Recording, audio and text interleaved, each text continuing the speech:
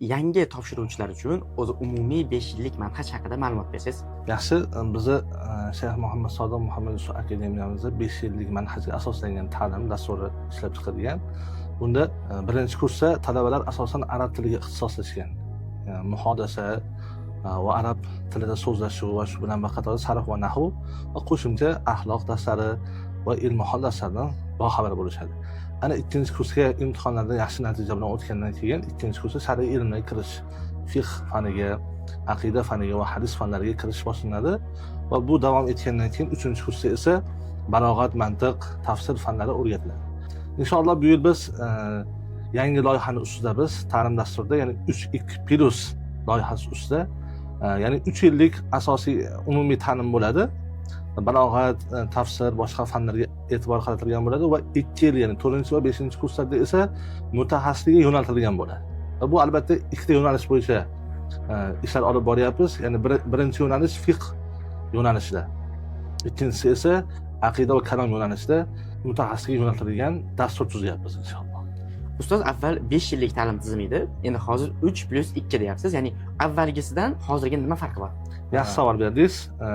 Avvalgi ta'lim dasturimizda ham 5 yillik to'laqonli qamrab olingan, ya'ni hamma fanlar birdek e'tibor qilingan. Bu yildan esa inshaalloh ana shu 5 yillik manhajimizni 3+2 ko'rinishda olib borishimizga asosiy sabablardan biri bu yil biz mutaxassislik fani ham ochdik. Mutaxassislikda asosan ikkita yo'nalish bo'ladi. Birinchisi fatvo qoidalari va islom moliyasi. Ikkinchisi esa aqida va aqliy ilmlarga asoslangan ikkita yo'nalishni mutaxassislik ochyapmiz.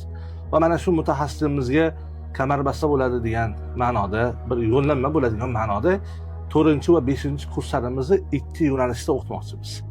Fiqh va aqida yo'nalishida yo'llanma sifatida o'qitmoqchimiz va bu 5 yillik natijadan keyin va shu bilan bir qatorda uni ortidan mutaxassisdan keyin 2 yo'nalishda yetuk bir mutaxassis bo'lib chiqishi ko'zda tutilgan.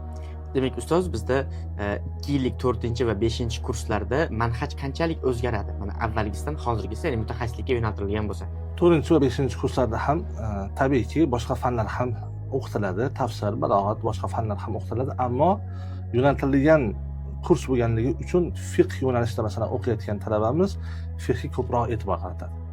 Barcha jihatlarni qamrab oladi.